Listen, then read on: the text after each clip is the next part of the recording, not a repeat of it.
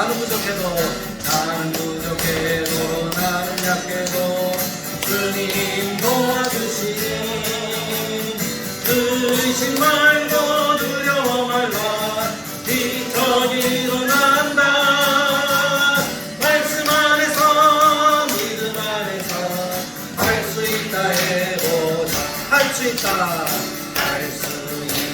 하면 된다 해보자 믿는 자에게 능지 못하니 없으리라 믿음 가지고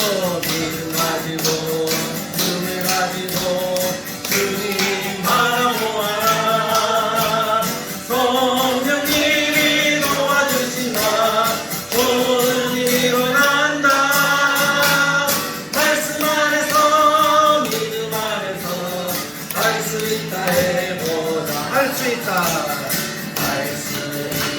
하면 된다 해보자 믿는 자에게 능지 못하니 없으리라 기도하면서 찬양할 때에 주님 함께 하신다 할렐루야 할렐루야 기적이 일어난다 말씀 안에서 믿음 안에서 할 수 있다 해보자 말씀 안에서 믿음 안에서 할 수 있다 해보자 아멘 할렐루야 우리가 하면 되는 줄 믿고 늘 믿음으로 살아가길 원합니다. 창조가 200장입니다. 달고 묘한 그 말씀 진리의 생명의 말씀 우리 항상 말씀을 사모하면서 우리가 지금 말씀 학교를 함께 하는데 함께 은혜를 나누길 원합니다. 달고 묘한 그 말씀 생명의 말씀은 귀한 그 말씀 진실로 생명의 말씀이 나의 길 원인은 밝히 보였으니 아름답고 귀한 말씀 생명샘이로다 아름답고 귀한 말씀 생명샘이로라 귀한 주님의 말씀 귀한 주님의 말씀은 내 노래 되도다 모든 사랑을 살리는 생명의 말씀은 앞없이 가라 생명 길을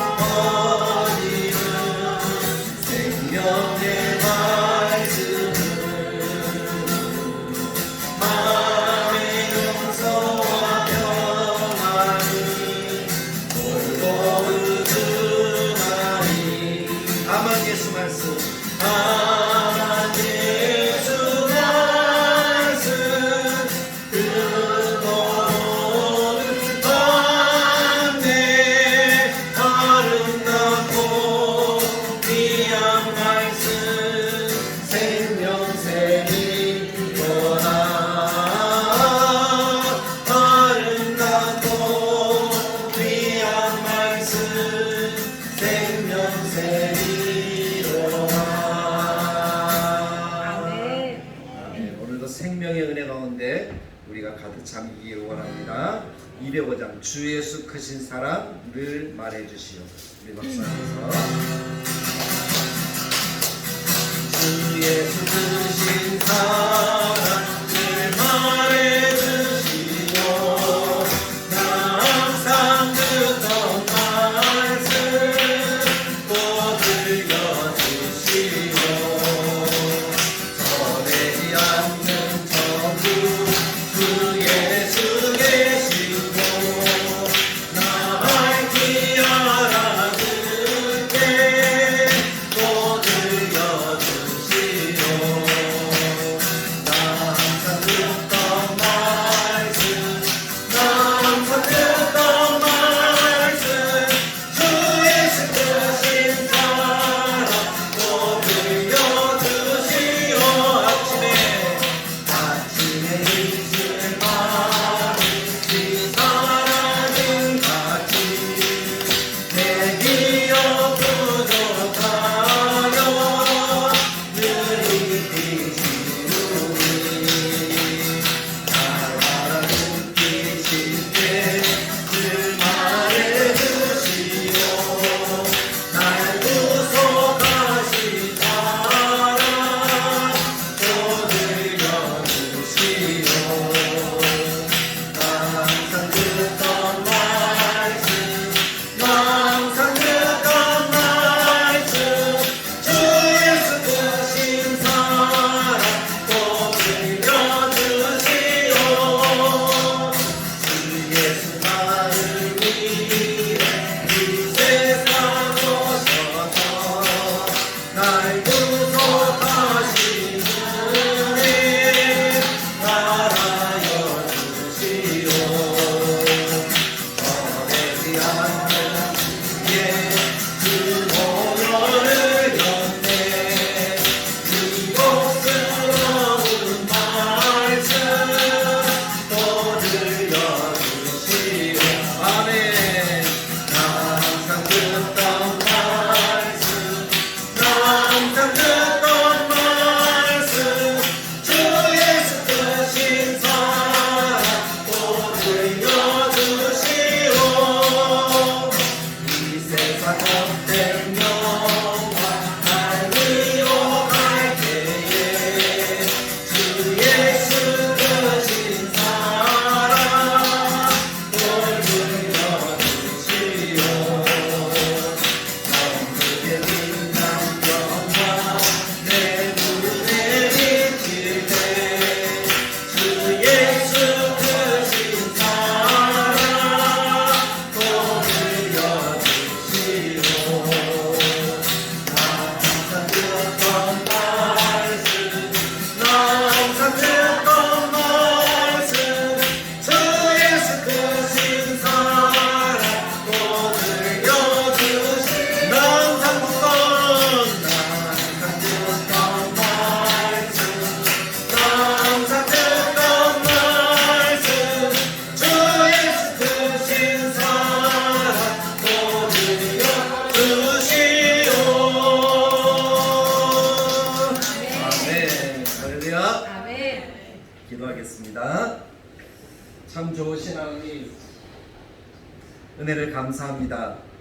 오늘도 복된 주일 오후 시간 우리 성도들과 같이 말씀의 은혜를 나누며 우리가 말씀 묵상에 대한 설교를 듣게 하여 주실 것을 믿고 감사드립니다. 우린 연약하지만 하나님이 살아계시고 하나님의 말씀의 능력이 있기에 그 말씀을 의지하는 훈련을 하기를 원합니다. 우리에게 지혜를 주셔서 말씀이 최고인 줄 알게 하시고 말씀을 가까이 하고 말씀을 묵상하여 말씀의 은혜를 깨닫고 살아가는 그 새 힘을 공급받는 우리 모두가 되게 하여 주옵소서.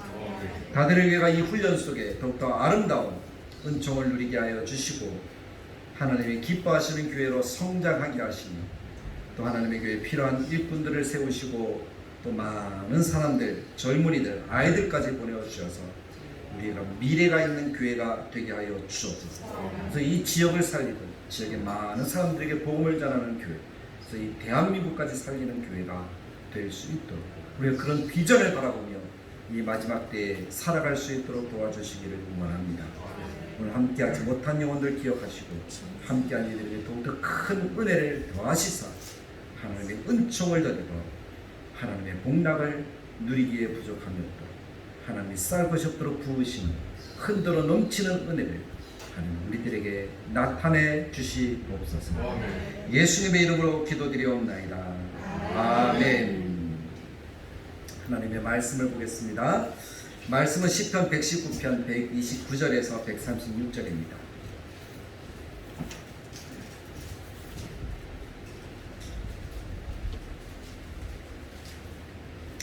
구약성경 895페이지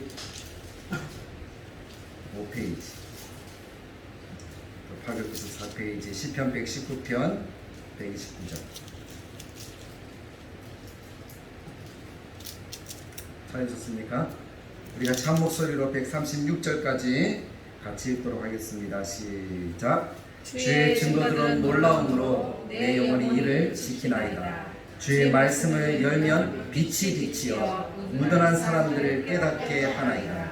내가 주의 계명들을 사모함으로 내가 입을 열고 헐떡였나이다. 주의 이름을 사랑하는 자들에게 베푸시던 대로 내게 돌이키사 내게 은혜를 베푸소서. 나의 발걸음을 주의 말씀에 굳게 세우시고 어떤 죄악도 나를 주관하지 못하게 하소서. 사람의 박해에서 나를 구원하소서. 그리하시면 내가 주의 법도들을 지키리이다. 주의 얼굴을 주의 종에게 비추시고 주의 율례로 나를 가르치소서. 그들이 주의 법을 지키지 아니하므로 내 눈물이 시냇물같이 흐르나이다. 아멘.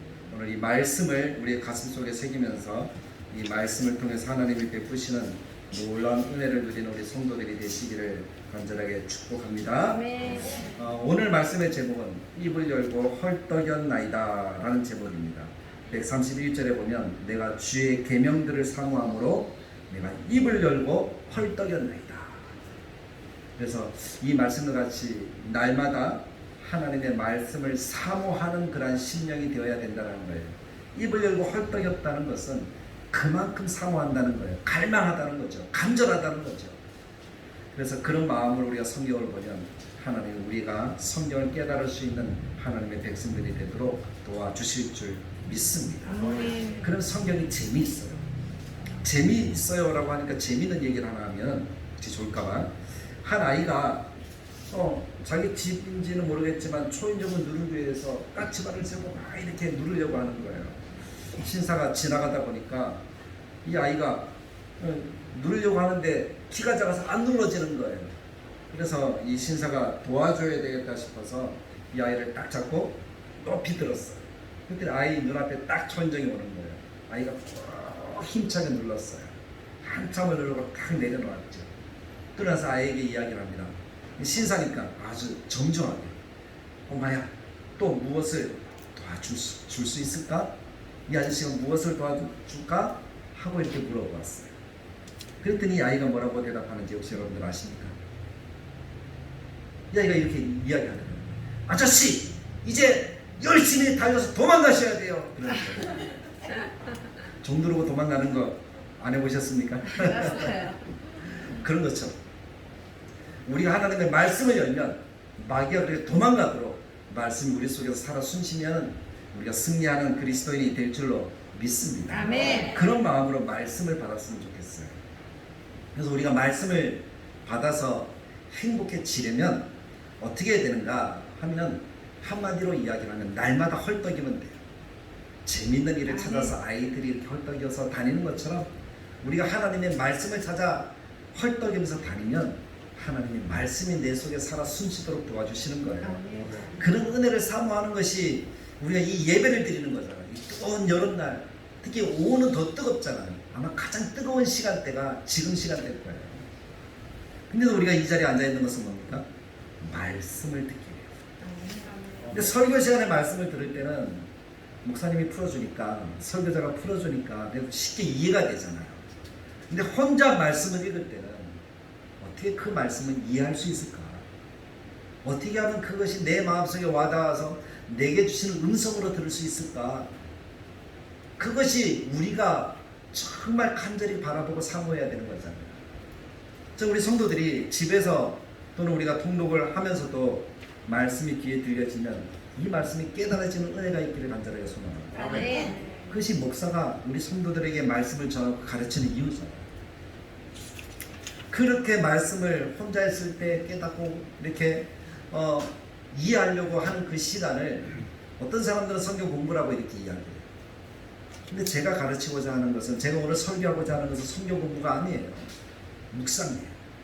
지식을 채우는 것이 아니라 내가 말씀을 받아서 그 말씀대로 살아가는 그러한 말씀을 듣는 거예요. 순종하는 사람을 만드는 거죠. 그것이 그리스도의 삶의 모습이잖아요. 그것을 가리켜서 많은 사람들이 큐티 또는 말씀 묵상이라고 이렇게 이야기하죠. 그러니까 말씀 묵상을 할 줄 알아야지 하나님의 음성도 듣고 하루하루 살아가는 것이 재미가 있고 신이 나요. 그래서 말씀 묵상을 어떻게 하면 하나님의 말씀을 내 것으로 만들어서 내가 들을 수 있는가 하는 그것을 같이 나누기를 원합니다. 근데 신앙생활을 오래 하신 분들도 사실 이 말씀 묵상을 잘 몰라요. 뭐 가르치더라도 청년들, 학생들 이런 아이들에게는 가르치는데 어른들에게는 안 가르쳐요. 저는 신앙생활을 오래 하면서 그것이 참 마음에 안타깝더라고요. 20년을 예수 믿고 30년을 예수 믿어도 말씀을 읽으면 이게 나랑 관계 있는지 없는지 몰라요.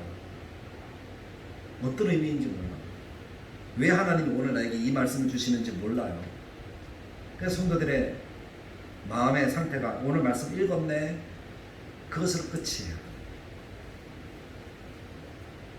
하나님을 있을 때 참 많이 안타까울 거 아니에요. 하나님이 사랑하셔서 이 말씀을 나에게 오늘 주셨는데 이 말씀이 내게 주신 말씀인지 그걸 깨닫지 못하고 그냥 살아가니까 얼마나 안타까워요. 그래서 살아가면서 옛날에 들었던 말씀, 그 말씀이 딱 떠올라서 하나님이 그래 이렇게 살아가는가 보구나 이렇게 생각하는 거예요. 근데 하나님은 오늘 말씀하신 거예요. 오늘 주신 말씀은 무슨 말인지 모르겠고 옛날 목사님이 설교를 들려주신 말씀은 기억나서 그 말씀대로 살아야 되겠고 이것이 우리의 형편이잖아요. 근데 하나님은 지금 오늘 말씀을 들려주시길 원하시고, 왜냐하면 교제하길 원하시는 분이니까. 큐티가 그것을 돕는 거예요. 근데 사람들이, 성도님들이 말씀을 듣고 큐티를 하면서도 사실 이것이 무슨 말씀인지 잘 모르고 또 너무나 어렵고 너무나 양도 많고 또 큐티하는 습관도 잘 되지 않고 그러니까 잘 모르시는 거예요. 그래서 오늘 저는 이 왜 우리가 말씀을 묵상해야 되고 말씀 묵상을 어떻게 해야 되는가 하는 것에 대해서 조금 이야기할 거예요. 그것을 이야기하기 전에 왜 그러면은 말씀을 묵상해야 되는가 먼저 살펴보면 첫째는 그거예요. 성경은, 말씀인 성경은 하나님께서 어떤 특정한 사람에게만 주시는 것이 아니라, 목사에게만 주시는 것이 아니라 모든 성도들에게 주셨다는 거예요. 그래서 하나님을 믿는 사람이라면 말씀을 받아서 그 말씀을 깨닫고 은혜를 누려야 된다는 거죠. 그래서 우리 성도님들이 날마다 말씀을 읽으면서 은혜를 누려야 되는 거예요. 과거에는 어떤 수도사, 어떤 신부들의 전유물이었잖아요. 성경이 어땠어요? 라틴어 또는 히브리어, 헬라어로만 기록이 되어져 있었어요. 그래서 히브리어를 모르고 헬라어를 모르면 성경을 읽을 줄도 모르고 의미도 모르고 또 어려운 라틴어를 공부하지 않으면 성경을 알 수도 없었어요. 신부님들이 말씀을 전하는 그것이 전부였어요. 바르게 전하는지 또는 틀리게 전하는지 그런 것도 몰라요. 내게 주신 것인지. 또 어떤 분들은 현대도 그렇게 생각하는 분들이 있어요. 목사님만 말씀을 알고 이해하고 깨달아서 전해주시면 되지 뭐 우리까지 알아야 돼, 이렇게 생각하는 분들이 참 많은 것 같습니다. 그래서 하나님께서 우리들에게 주시는 은혜가 뭡니까? 지금은 우리가 성경을 어려운 히브리어, 헬라어, 라틴어로 된 성경을 읽는 것이 아니라 어떤 성경을 읽어요? 한글 성경. 우리 대한민국 사람은 우리 언어로 된 쉬운 성경을 읽는다는 거예요. 이것도 좀 어려우니까 한글 성경도 여러 종류가 있잖아요. 쉬운 성경, 그런 거 들어보셨죠? 네. 현대어 성경. 우리 성경은 구어체가 좀 많거든요. 고어체가 좀 많아요. 현대어 성경 또는 쉬운 성경, 아이들도 읽을 수 있는 어린이 성경, 이런 것까지 있어서 우리가 언제든지 쉽게 성경을 접할 수 있습니다. 이 모든 것들이 다 종교개혁가들의 노력 때문이겠죠. 말씀을 깨달아 보니까 나만 이해해야 되는 것이 아니라 성도들도 이해해야 된다. 그게 쉬운 성경으로 번역이 됩니다. 하나님의 사랑이지. 그래서 우리 성경에, 우리 손에, 우리 집에 성경책 없는 사람 없잖아요. 다 있잖아요. 차에도 있고 집에도 있고 요새 핸드폰에도 있고. 젊은이들은 성경책 안 들고 다녀요. 핸드폰을 펴고 성경을 봐요. 뭐라고 할 수도 없어요. 성경 찾으라고 찾았으니까. 맞죠? 무상시하면 안 돼요. 말씀은 말씀으로 받아야 돼요. 그렇게 말씀을 우리가 가까이 읽을 수 있다는 것이 얼마나 큰 은혜입니다. 그리고 거기에다가 한국 사람들은 더 큰 은혜를 받은 민족이에요. 선교사들이 복음을 전할 때 어떻게 가서 성경을 번역해서 전하는가 하면 가서 그 사람들의 언어를 먼저 배웁니다.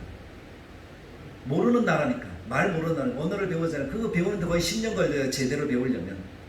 거기다 문화, 관습, 습관까지 같이 익혀야지 그 사람들이 글을 쓸 수가 있으니까.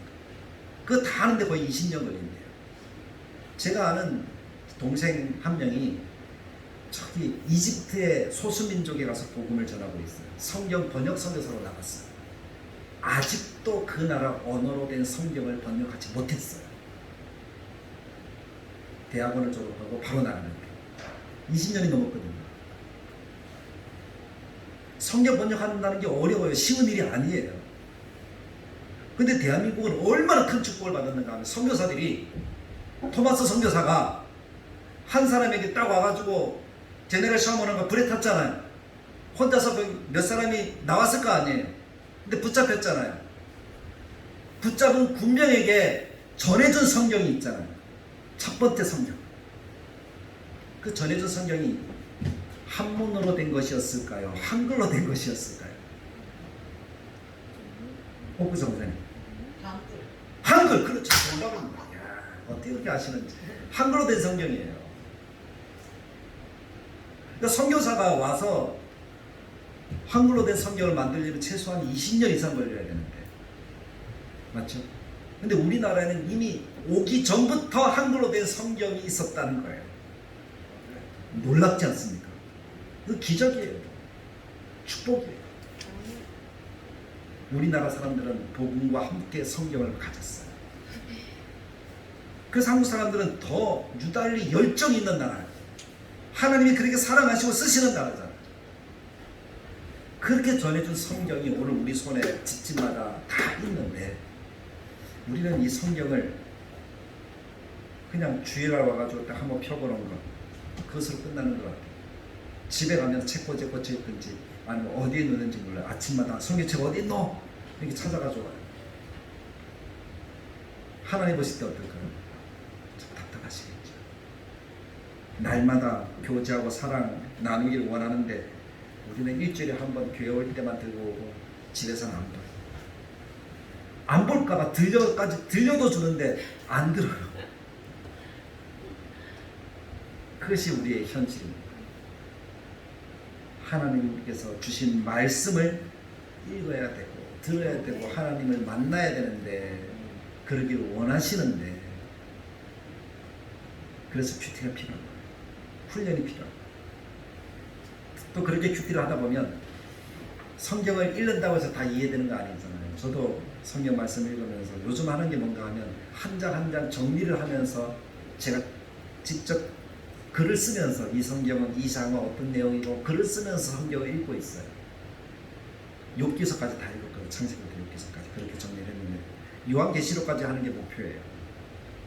저만의 성경 주석이 되는 거겠죠. 그렇게 하는데 하다 보면 이해가 안 되는 부분, 막히는 부분, 잘 모르겠는 부분들이 있을까요? 없을까요? 있어요. 그러면 사전도 찾아보고 주석도 찾아보고 그러면서 읽잖아요. 근데 저는 그럴 수 있는데 성도님들은 주석 찾기도 힘들고 사전 찾기도 힘들고 집에도 없고 인터넷 뒤져봐도 잘 모르겠고 잘못 인터넷 뒤지면 이단에서 쓴 글이 뜨거든요. 저도 이렇게 가다가 갑자기 이 글을 읽다 보면 좀 이상한 거예요. 가만히 보니까 이게 어디서 나오고 이단에서 나오고 그런 거 신천지에서 나오고 막 아니 목사도 그걸 다 안 보고 제대로 안 보고 하면 그런 것들을 접하는데 성도들도 그런 것들이 얼마나 많겠어요. 그러니까 더 힘든 거예요. 근데 큐티를 계속하면 잘 몰라도 이해가 되어지는 때가 있습니다. 잘 몰라서 은혜 받는 한 구절만 묵상을 해요. 한 단어만 묵상을 해요. 그런데 하루가 지나고 이틀이 지나고 묵상하면서 계속 그것만 생각하니까 이 본문 전체가 이해가 되어지는 경험을 하게 돼요. 그게 큐티라는 거예요. 그래서 하나님의 뜻을 발견하고 하나님께 감사하고 하나님과 더 가까워지고 그렇게 되어집니다. 그 삶을 살아가면서 날마다 말씀을 읽으니까 그걸 묵상하니까 그대로 살아가려면 내 마음이 조금씩 변해지는 거예요. 변해진다는 것은 부부는 보면 닮는다 그러잖아요. 맞지? 하나님 말씀도 자꾸 보니까 하나님을 조금씩 더 닮아가요. 그것이 인생의 목표인데 그것을 느끼는 것. 하나님의 마음을 조금이라도 더 느끼는 것. 그래서 큐티가 필요하다는 거예요. 세 번째는 하나님이 우리를 지으실 때 우리를 어떤 존재로 지으셨어요? 영적인 존재. 하나님이 그 코에 생기를 훅 하고 불어넣으셨다 그러잖아요. 그 말은 우리가 영적인 존재라는 거예요. 하나님을 만나지 않고 하나님과 교제하지 않고는 제대로 바르게 살아갈 수 없다는 거예요. 자유의지를 가지고 그냥 살아갈 수는 있어요. 맞잖아요. 세상 모든 사람들은 다 자기 마음대로 살잖아요. 오늘 오전에 말씀 보고 왔던 것처럼 자기 뜻대로 자기 고집대로. 근데 하나님의 백성은 자기 뜻대로 자기 고집대로 살아가는 사람들이 아니라 하나님과 교제해서 하나님의 뜻을 알아야 살아갈 수 있는 사람들. 그렇게 우리를 지으셨습니다. 마태복음 4장 4절 말씀에 사람이 떡으로만 살 것이 아니라 오직 하나님의 입으로부터 나오는 모든 말씀으로 살 것이다. 어떤 말씀이 아니라 성경 모든 말씀으로 하나님이 산다라고 말씀하십니다. 그래서 우리가 큐티를 하면서 날마다 읽어야 됩니다. 네 번째는 하나님 우리를 사랑하셔서 교제하기 원하십니다. 제가 연애할 때 그랬던 것 같아요. 결혼을 왜 했는가 하면 왜 결혼했을까요? 헤어지기 싫었어요. 날마다 만나면서 전화도 하고 만나서 이렇게 하지만 때가 되면 어떻게 해야 돼요? 짠짠짠 하고 헤어져 가야 되잖아요. 그래서 마음에 결혼해야 되겠다. 도무지 안 되겠다. 같이 살고 싶다. 맞죠? 하나님이 우리에게 그것을 원하십니다. 우리를 너무 사랑합니다. 날마다 보고 날마다 이야기하고 싶은데 우리는 어때요? 교회 올 때 잠시 만나고 일주일 동안 하나님 안 보다가 또 교회 와서 만나고 새벽기도 오긴 오지만 또 졸다가 또 하루를 살고. 제가 그랬다고 옛날에 성도님들이 말고 하나님이 그렇게 원하신다는 거예요. 그래서 큐티가 필요하다는 것이고 다섯 번째는 말세를 준비하는 거예요. 마지막 때. 그것을 저는 하나 덧붙였어요. 우리가 코로나라는 이 초유의 사태를 겪으면서 예배 못 드렸죠. 기도에 못 모였죠. 전도 못하죠. 그런 상황이잖아요. 거기다가 이제 뭡니까? 무슨 법 하나 통과되어지면 진짜 목사는 제대로 설교도 못해요. 말씀을 못 들어요. 그런 것을 한 2년 동안 겪어보니까 우리 성도들에게 정말 말씀을 가지고 살아갈 수 있는 그런 것을 가르쳐야 되겠다는 마음이 더 간절해지는 거예요. 혼자서도 하나님의 뜻을 알고 이해하고 은혜를 받을 수 있도록 도와드려야 되겠다. 어떻게 하면 될까 고민하는데 말씀 묵상법을 가르치라는 거예요. 지난주 한번 설교를 하고 또 오늘도 왜 말씀이 필요한지 이야기 드리잖아요. 그때가 되어지면 모이지도 못합니다. 모이고 싶어요. 정말 이 코로나는 아무것도 아닌 시대가 올 거예요. 인이 떼어지면서 막 그러잖아요. 나팔 불고 막 그러잖아요. 대접 막 쏟아지고 그러잖아요. 요한계시록 보면. 그래서 해석하는 문제는 다양한 해석법이 있으니까 지금 그것을 이야기할 시간은 아닙니다. 어쨌든 그러면서 마지막 때 어쨌든 하나님 백성들을 하나님이 보호해 주시지만 하나님이 지켜주신 입맞은 하나님의 인이 박혀있는 사람들은 하나님이 지켜주시지만 그렇지 않은 사람들에게 수많은 고통이 있다. 근데 그 고통 속에 우리가 마음대로 자유롭게 예배를 모일 수 있느냐? 그렇지 않은 시대란 말이죠. 고난의 시대고 아픈 시대란 말이죠. 그때 그럼 내가 어떻게 삽니까? 혼자 살아도 성경을 빼앗겨도 내가 말씀을 하나님을 만나는 하나님을 예배하는 그런 모습은 우리들이 있어야 되잖아요. 하나님의 찬양. 저는 성경을 빼앗길 날 그때 생각하면서 혼자 성경을 이렇게 이런 번역본은 아니더라도 나름대로 성경을 복사를 해가지고 집에 한 권이 있어요. 그건 뭐 이렇게 공부하는 책처럼 돼 있으니까 그거는 성경책처럼 안 보이니까 안 뺏어갈 거 아니에요. 쓰기도 파일로 정리하기도 하고 그런 시대를 대비해서 우리가 그런 훈련들을 하고 그런 준비들을 해 나가야 될 필요성이 있겠다. 그래서 이 말씀 묵상이라는 것은 모든 성도들이 다 해야 되는 거죠. 저는 그렇게 생각합니다. 그래서 누구는 하고 어떤 사람만 하고 그게 아니라 모든 사람들에게 하나님이 요구하시는 삶이 하나님이 만나고 사랑을 나누고 또 음성을 듣고 그 뜻대로 순종하는 삶이니까 그런 훈련들을 해야 된다라는 거죠. 그래서 이 오후 시간에 힘들지만 같이 훈련하는 거예요. 그래서 한 달이 될지 두 달이 될지 좀 더 익숙해질 때까지 그렇게 할 건데요. 그렇게 하시다 보면 혼자서도 말씀을 읽을 수 있게 되어지고 연구할 수 있게 되어지고 그런 단계까지 나아갈 수 있도록 도와드릴 거예요. 나이가 많아도 되고 나이가 어려도 되고 제가 하는 방법 한 가지만 딱 붙들면 돼요. 그래서 그렇게 하는 훈련이 이 시간입니다. 그러면 어떻게 하면 경건의 시간 큐티를 할 수 있을까? 그 방법 몇 가지만 이야기들을 마치겠습니다. 첫 번째는 큐티를 하기 위해서는 먼저 큐티할 수 있는 장소가 필요해요. 아무 데서나 큐티할 수 있습니까, 장모님? 힘들잖아요. 훈련되지 않으면 아무 데서나 못해요. 그래서 나만의 장소와 시간이 있어야 돼요. 출근해가지고 일하면서 큐티 못하거든요. 아무리 똑똑해도 아무리 잘해도 큐티 못해요. 그래서 누구에게도 방해받지 않는 장소와 시간이 있어야 되는 거죠. 그래서 직장 가기 전이라든지 새벽 시간이라든지 아니면 직장 갔다 와서 밤 시간이라든지 그런 나만의 시간과 장소를 정해야 돼요.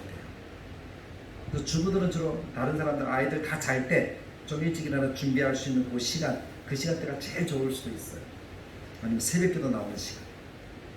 교회에서 해도 되고 집에서 해도 되고 직장에서 해도 되고 직장에 자기 사무실에 있는 CEO 사장님이라면 모를까 일반 사람들은 좀 힘들겠죠. 그런 어쨌든 나만의 장소를 정하고 두 번째는 순서를 잘해요. 첫 번째는 찬양을 한곡하면서 마음의 문을 여는 기도를 해야 됩니다. 찬양은 어려운 거 하면 안 돼요. 내가 잘하는 18번 찬양이 제일 좋습니다. 날마다 해도 괜찮아요. 그것을 통해서 찬양 가운데 하나님께 나아가면 하나님이 내 마음의 문을 열어주셔요. 그럼 그때 기도하는 거예요. 하나님 감사해요. 말씀의 뜻을 깨닫게 해주시고 저 안에 하나님의 말씀을 이해하지 못하는 모든 죄악들이 있다면 다 용서해 주세요. 그리고 이 말씀이 이 시간이 방해받지 않도록 도와주세요 라고 기도하는 거죠. 두 번째 단계 찬양하기. 그럼 세 번째는 어떻게 하죠?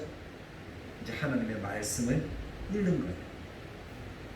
말씀을 읽는데 한 번 읽어가지고 이해될까요? 안 될까요? 이해 잘 안 되겠죠. 잘하는 말씀도 마찬가지예요. 아무리 잘하는 말씀, 예를 들어서 시편 1편 말씀 쉽잖아요. 복 있는 사람은 악인의 길을 쫓지 아니하고 죄인의 길에 서지 아니하고 오만한 자들의 자리에 앉지 아니하고 이는 여호와의 율법을 즐거워하며 주여 그 말씀 묵상하는 자로다. 이제 쭉 나가잖아요. 너무나 잘하는 거예요. 잘 아는 게 묵상이 잘 안 됩니다. 잘 안다고 대충 읽어요. 그러면 하나님의 음성을 들을 수가 없어요. 그래서 잘 아는 것도 모른다고 생각하고 서너 번 읽어야 돼요. 읽으면서 어떻게 해요? 이 말씀이 무엇을 이야기할까? 오늘은 나에게 어떤 말씀을 주시는가? 라고 생각하는 거죠. 그렇게 생각하면서 3번에서 5번을 읽으시면 말씀 묵상하는 준비가 됩니다. 그러면서 찾아야 돼요. 한 번 읽을 때는 무슨 내용일까? 2번 읽을 때는 주제가 뭘까? 3번 읽을 때는 하나님이 강조하시는 것이 뭘까? 4번 읽을 때는 나에게 혹시 주시는 말씀이 있는가? 5번째는 어떻게 살까? 이게 고민하면서 이렇게 천천히 읽으면 말씀이 어느 순간에 내 마음속에 하나님 와닿게 하는 말씀이 있어요.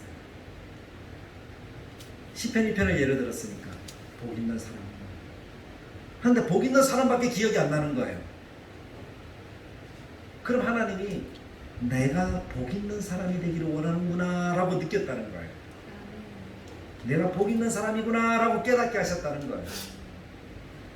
그러면 어떻게 하죠? 나는 복 있는 사람이구나 하고 받아들이면 돼요. 그리고 나서 말씀을 읽으면서 연구를 했죠. 조금 더 가면 그것을 기록까지 해야 돼요. 기록하는 훈련은 다음 시간에 어떻게 하는지 제가 이야기를 해드릴게요. 그렇게 해서 이제 느껴서 말씀을 받았잖아요. 그럼 4번째로 어떻게 해야 되는가 하면 어떻게 살까? 어떻게 적용할까? 복 있는 사람이 나라고 했는데 그럼 나는 복 있는 사람이 어떤 모습으로 살아가는 것일까? 내가 실천을 어떻게 할까라고 이렇게 고민을 하고 그것을 찾는 거예요. 왜냐하면 말씀 묵상은 살기 위해서 하는 거예요. 그래서 나는 복 있는 사람인데 그럼 무엇이 복 있는 사람이지? 어떻게 하면 복 있는 사람으로 사는 거지? 이렇게 생각을 하는 거죠. 맞죠? 그러기 위해서 복 있는 사람에 대해서 생각하는 한 가지 딱 떠오르는 게 있을 거예요. 박가빈 권사님, 뭐가 복 있는 사람의 모습이죠? 예배 드리는 거. 뭐 여러 가지 있잖아요. 오포자 권사님, 전도하는 거? 이금 집사님, 뭐 하는 거? 하나님 만나는 거? 그렇죠. 그런 여러 복 있는 사람에 대한 답은 여러분들이 이미 설교를 해서 다 들었으니까 그 가운데 몇 가지만 딱 생각하자고요. 한 가지. 아무리 많아도 10가지 생각난다고 10가지 다 실천할 수 있습니까? 없습니까? 실천할 수 없잖아요. 한 가지만 딱 붙들자는 거예요. 그래서 하나님 만나는 거. 그럼 오늘 하나님 만나면서 날마다 매 순간 하나님 만나야지 하는 그 마음으로 살아가는데 그 만나는 방법도 있을 거 아니에요. 어떻게 하면 하나님 만날 수 있죠? 찬송하면 되나요? 그것도 되죠. 기도하면 되나요? 그것도 되죠. 그렇죠? 그래서 구체적으로 한 가지에서 더 쉬운 거를 찾는 거예요. 그게 적용한다는 건데 찬송하는 거. 그럼 찬송도 24시간 찬송할 수 없잖아요. 그래서 찬송하는 시간을 정하는 거예요. 나는 오늘 한 10분 정도 찬송하고 싶어. 10분 정도 찬송을 어디서 할 건지, 언제 할 건지. 그렇게 정해놓으면 어떻게 되죠? 내가 할 수 있습니까? 없습니까? 24시간 찬송해야지 하면서 이렇게 다니면 찬송할 수 있을까요? 없을까요? 잊어버려요. 구체적으로 집에서 다른 사람 다 잘 때, 아니면 다른 사람이 일어나기 전에, 아니면 어디에 출근해서 다른 사람 아무도 없는 요 장소에서 이렇게 정해놓고 5분이든 10분이든 내가 하나님을 찬양하는 시간을 가져야지. 이렇게 하면은 그대로 실천할 수 있을까요? 없을까요? 실천할 수 있겠죠. 집사님, 권사님. 맞죠? 그렇게 하는 거예요. 그렇게 하고 나서 이제 그렇게 살고 나서 마지막 저녁에 와서 잘 살았는지 못 살았는지 점검을 해야 돼요. 그래서 다음에는 하나님 말씀하시면 그대로 살게 해주세요라고 기도하면서 마무리하는 거죠. 거기까지 하면 거의 큐티는 잘하는 건데 더 잘하는 거 한 가지가 있다면 이제는 이것을 성도들에게 나누는 거예요. 나누지 않으면 내 신앙이 되지 않습니다. 나누면 그것이 간증이 되고 다른 사람에게 도전이 되어서 공동체가 더 튼튼하게 자라갈 수 있고 나도 더 신실한 그리스도인이 될 수가 있게 되는 거예요. 그 나누는 거는 큐티에도 짝지가 필요하거든요. 부부끼리 하라 그러면 부부끼리 잘 안 해요. 그래서 우리 교회는 남자, 여자 이렇게 나눠서 하든지 아니면 교회 오후 시간, 예배 시간에 말씀을 전하기 전에 나누든지 그렇게 하면서 훈련을 해 나갈 거예요. 나누는 훈련이 돼야 돼요. 그러면 다음에 큐티를 더 잘하게 되고 하고 싶은 욕심도 생기게 되어지고 더 은혜를 받아서 더 아름다운 신앙의 삶, 하나님의 복을 받는 신앙의 삶을 살아갈 수 있게 되어질 줄로 믿습니다. 그렇게 훈련합니다. 그것을 누가 도와줘야 된다고요? 목회자가 도와줘야 돼요. 그래서 우리가 오후 시간에 오늘까지는 좀 이론적인 것이라면 다음 주부터는 좀 실천할 수 있는, 배울 수 있는 그런 것들을 제가 준비를 해서 여러분들과 함께 하고자 합니다. 그래서 훈련이 돼야 되겠죠? 안 되면 나중에 살아갈 수 없어요. 정말이에요. 그래서 우리 성도들이, 우리 다들교회 성도들은, 이 오후 예배 시간에 드리는 우리 성도들은 말씀을 잘 아는 훈련들을 해서, 묵상하는 훈련들을 해서 건강 그리스도인들로 모두가 살아갈 수 있기를 간절하게 축복합니다.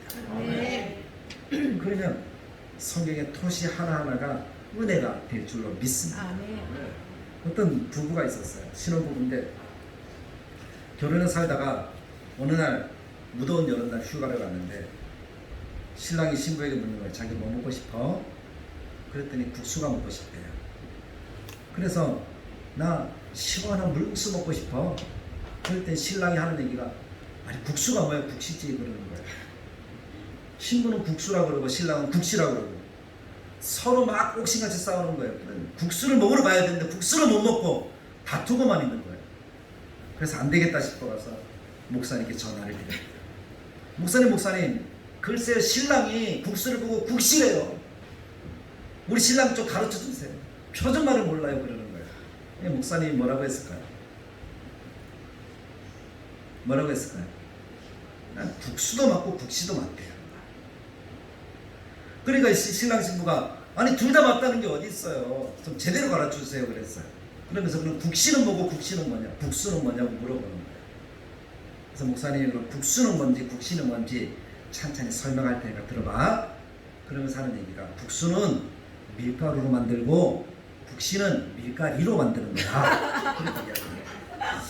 그러면은 이 신랑 신부가 궁금한 거예요. 그럼 밀가루는 뭐고 밀가리는 뭡니까? 라고 물어보는 거예요. 그래? 잘 들어봐. 정확히 들어야 돼. 그래야지 안 싸워. 그래서 밀가루는 봉투에 담겨 있는 거고 밀가리는 봉다리에 담겨 있는 거야. 이렇게 얘기를 합니다. 그럼 봉다리는 뭐고 봉투는 뭘까? 또 이제 헷갈린 거예요. 그래서 물어봐요. 목사님, 그럼 봉투는 뭐고 봉다리는 뭐예요? 라고 물어본 거예요. 그랬더니 목사님이 하신 얘기가, 잘 들어. 이것까지 내가 얘기해주고 결론을 내릴 거야. 그래서 봉투는 공장에서 찍어서 만든 게 봉투고 봉다리는 집에서 풀칠해서 만든 게 봉다리야. 라고 이렇게 이야기해 주세요. 이해가 되십니까? 성경 말씀을 보다가 단어 하나하나가 분해하면서 연구하면서 와 닿으면 이해가 되어서 똑똑한 사람이 될 뿐만 아니라 하나님의 깊은 뜻을 더 잘 알아가는 그런 사람이 될 줄로 믿습니다. 그러면 행복한 신앙생활을 할 수가 있게 되겠죠. 우리 다들 모든 교회 성도들이 이 말씀 묵상을 통해서 그렇게 배워가는 우리 모든 성도들이 되신 간절히 축복합니다. 기도하겠습니다. 참 좋으신 하나님, 오늘도 날마다 헐떡이는 성도들이 되기 위해서 말씀 묵상에서 들었습니다. 왜 말씀 묵상을 해야 되는지, 어떻게 말씀 묵상을 할 수 있는지 이론적인 이야기를 했습니다. 다음 주부터는 좀 실천적인 이야기를 하면서 하나님의 말씀을 묵상할 수 있는 훈련들을 함께 해 나가기를 원합니다. 하나님의 뜻을 깨닫고 하나님의 사랑의 메시지를 듣고 그 말씀을 가슴속에 새기고 그 말씀대로 살아서 운동력 있는 그 하나님의 열매 맺는 그리스도인으로 하나님께 영광 돌리길 원합니다. 성도들 같이 나누면서 더 아름답게 지어져가는 우리 다대로 교회를 이루기를 원합니다. 하나님 우리를 도우시고 인도하셔서 힘들지만 지치지만 잘 배워서 하나님이 허락하시는 이 시대를 잘 살고 마지막 때를 준비할 수 있는 우리 모든 그리스도인들 하나님의 자녀들이 되도록 주님이 인도하여 주옵소서. 예수님의 이름으로 기도드리옵나이다. 우리 주 예수 그리스도의 은혜와 하나님의 사랑과 성령님의 감동 축복하시는 역사가 말씀 묵상을 통해서 더 하나님의 뜻을 알아가고 하나님과 친밀해지고 하나님의 복락을 누리는 자녀들 머리머리 위에 함께 계실지어다. 아멘. 예배를 마쳤습니다. 우리 하나님께 모든 영광을 돌려드리면서 박수로 모든 수고를